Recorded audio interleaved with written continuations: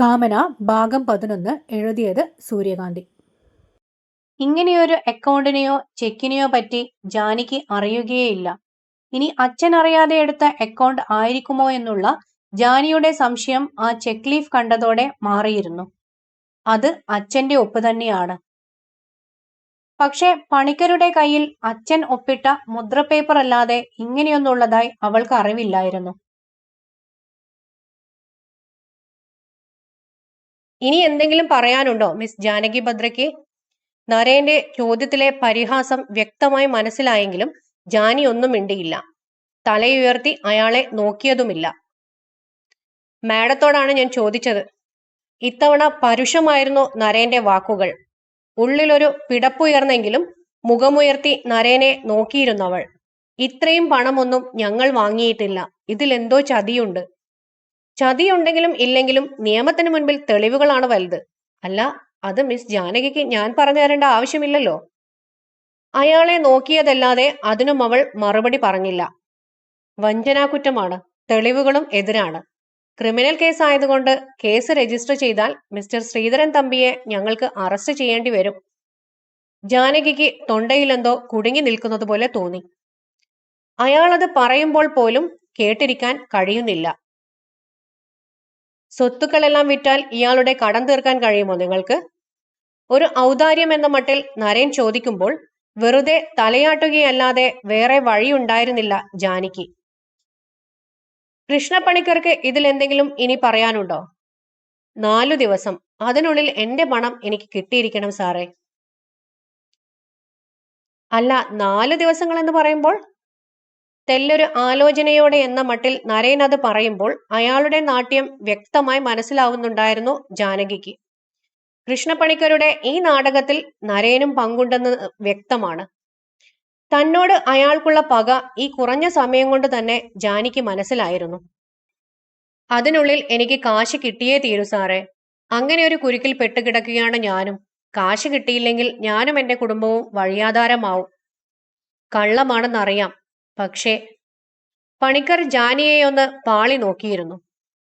ഇതിപ്പോൾ 1 2 ഒന്നുമല്ലല്ലോ, വർഷം കുറച്ചായില്ലേ എന്നോട് ഈ പണമൊക്കെ വാങ്ങിയിട്ടും. ഇപ്പോൾ എനിക്കൊരു ആവശ്യം വന്നപ്പോൾ ഞാനത് തിരിച്ചു ചോദിക്കുന്നു. കേൾക്കുന്ന ആർക്കും അയാളുടെ ആവശ്യം ന്യായമാണ്. പക്ഷേ ഈ പറഞ്ഞ തുക എവിടുന്ന് എടുത്തു കൊടുക്കും? സാർ, 4 ദിവസമില്ലേ, ഞാനൊന്ന് വീട്ടിൽ പോയിട്ട് അച്ഛനോട് കൂടെ ആലോചിക്കട്ടെ.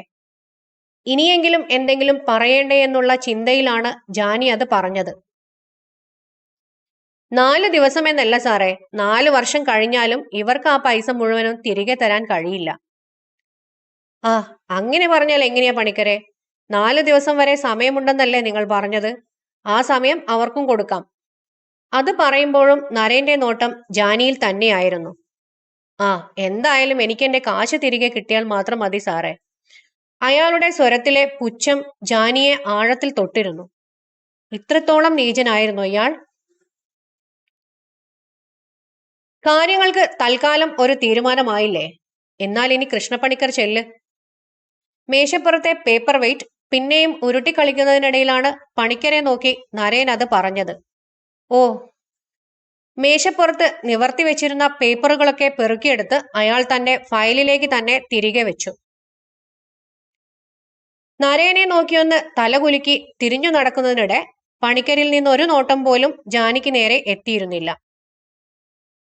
ഇങ്ങനെ പകപോക്കാൻ നിങ്ങളോട് അത്രയും വലിയ തെറ്റ് ഞാൻ ചെയ്തിട്ടുണ്ടോ? എവിടെ നിന്നോ കിട്ടിയ ധൈര്യത്തിലാണ് അത്രയും ചോദിച്ചതെങ്കിലും നരേന്റെ തറപ്പിച്ചുള്ള നോട്ടത്തിൽ ജാനി പിന്നെയും പതറിയിരുന്നു.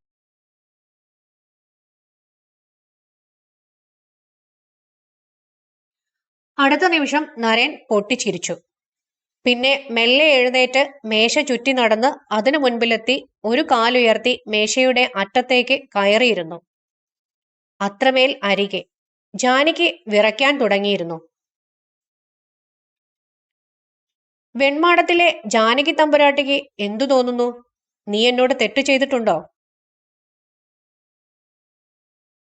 ഇത്രയും നേരം അയാൾ അണിഞ്ഞിരുന്ന മാന്യതയും ഭവ്യതയും ഒക്കെ ആ മുഖത്തും സംസാരത്തിലും അപ്പോൾ ഉണ്ടായിരുന്നില്ല. ഇല്ല, അന്ന് ഞാൻ കണ്ട കാര്യം പറഞ്ഞുവെന്നല്ലാതെ ഞാൻ നിങ്ങളോട് യാതൊരു തെറ്റും ചെയ്തില്ല. അന്ന് നിന്റെ മറ്റവന്റെ ബാഗിൽ നിന്നും ഞാൻ കാശെടുക്കുന്നത് നീ കണ്ടിരുന്നോടി? ആ അലർച്ചയിൽ ജാനകി അടിമുടി വിറച്ചു പോയിരുന്നു. വലിഞ്ഞു മുറുകി നിൽക്കുന്ന അയാളുടെ മുഖം, ക്ഷണനേരം കൊണ്ട് ആ മിഴികളിൽ തെളിഞ്ഞ ശോണരേഖകൾ, ചുരുട്ടിപ്പിടിച്ച മുഷ്ടികൾ, ആ പല്ലുകൾ ഞെരിയുന്ന ശബ്ദവും ജാനി കേട്ടതാണ്.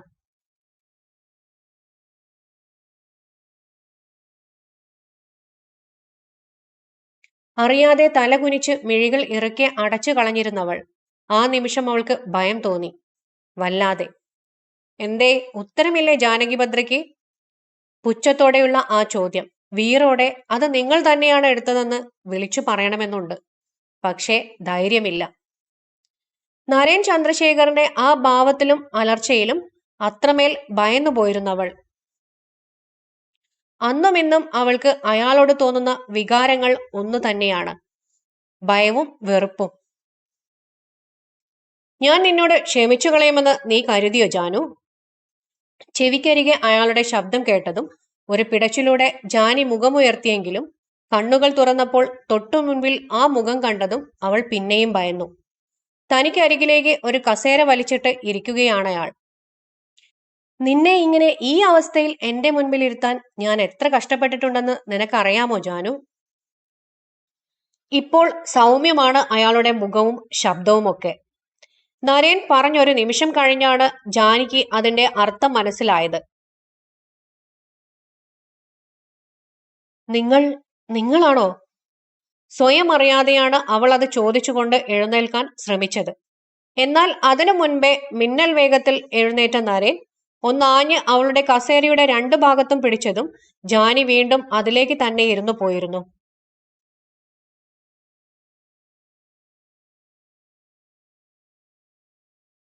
ഇങ്ങനെയൊക്കെ ദ്രോഹിക്കാൻ ഞാൻ എന്ത് തെറ്റാണ്? ശബ്ദമിടറിപ്പോയിരുന്നു അവളുടെ. നരേൻ കസേര കയ്യിൽ പിടിച്ചു തന്റെ നേരെ കുനിഞ്ഞതും അറിയാതെ അവളുടെ തല പിന്നോട്ട് ചാഞ്ഞു പോയിരുന്നു. ഈ ലോകത്തിന് മുൻപിൽ എന്നെ കള്ളനാക്കിയത്, എന്റെ സ്വപ്നങ്ങൾ തകർത്തു കളഞ്ഞത് പിന്നെ ആരാടി? നിങ്ങൾ കട്ടിട്ടല്ലേ എന്ന് ചോദിക്കണമെന്നുണ്ട്. പക്ഷെ ഒരു നിശ്വാസത്തിനകലെ എന്നോണം കാണുന്ന കണ്ണുകളിലെ ഭാവം അവളെ ഭയപ്പെടുത്തുന്നുണ്ട്. കസേരയിലെ പിടുത്തം വിട്ടു നരേൻ മേശക്കരികിലേക്ക് തിരിഞ്ഞതും ജാനകി ഉമിനീരിറക്കിയിരുന്നു. നിങ്ങൾക്ക് എന്താണ് വേണ്ടത്? ഞാൻ മരിച്ചാൽ നിങ്ങളുടെ പക തീരുവോ? എന്റെ കുടുംബത്തെങ്കിലും വെറുതെ വിടുമോ? ധൈര്യം സംഭരിച്ചാണ് അവളത് ചോദിച്ചത്. തിരിഞ്ഞു നിന്ന നരേൻ ഒന്ന് ചിരിച്ചു. പിന്നെ അവളെ സാഗൂതം നോക്കിക്കൊണ്ടവൻ നേരത്തെ ഇരുന്നത് പോലെ മേശയുടെ അറ്റത്തേക്ക് ചാഞ്ഞിരുന്നു. എന്റെ അനുവാദമില്ലാതെ മരണം പോലും നിന്നെ തൊടില്ല ജാനു. ഇനി അങ്ങനെ ഒരു ചിന്ത നിനക്ക് വന്നാൽ ക്രൈസ്റ്റ് കോളേജിൽ ഡിഗ്രിക്ക് പഠിക്കുന്ന നിന്റെ ആ ചെക്കനില്ലേ, കണ്ണൻ എന്ന അതർ, അവനിൽ നിന്നാവും ഞാൻ ആദ്യം തുടങ്ങുന്നത്. കണ്ണന്റെ പേര് അത്രമേൽ ക്രൂരതയോടെ നരേൻ ഉച്ചരിച്ചതും ശ്വാസമെടുക്കാൻ മറന്നുപോയിരുന്നവൾ.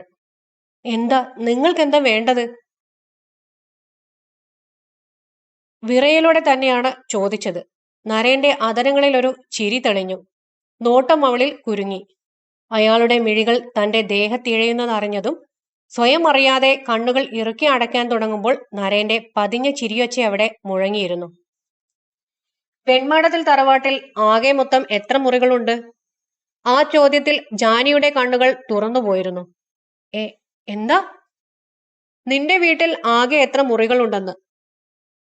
ജാനി ഒരു നിമിഷം നരേന്റെ മുഖത്ത് നോക്കിയിരുന്നു പോയി. പറയണ്ടേ ജാനു? പറഞ്ഞുകൊണ്ട് നരേൻ അവളുടെ കയ്യിലൊന്ന് തട്ടിയതും തീപ്പൊള്ളലേറ്റതുപോലെ അവൾ കൈ പിറകിലേക്ക് വലിച്ചു കളഞ്ഞിരുന്നു. നരേൻ ചിരിച്ചതും അയാൾക്ക് ഒറ്റ നോട്ടത്തിൽ മനസ്സിലാക്കാൻ പാകത്തിൽ ജാനിയുടെ മുഖത്ത് വെറുപ്പ് നിറഞ്ഞിരുന്നു. ആ വെറുപ്പ് നൽകിയ ധൈര്യത്തിലാണ് അവളത് പറഞ്ഞതും. എന്റെ പേര് ജാനകി എന്നാണ്. നരേൻ തെല്ലുച്ചത്തിൽ ഒന്ന് ചിരിച്ചു. നിന്റെ പേര് മാത്രമല്ല ജാനു, ജീവനും ജീവിതവും പോലും ഈ നരേൻ ചന്ദ്രശേഖർ വിധിക്കും പോലെയാണിനി.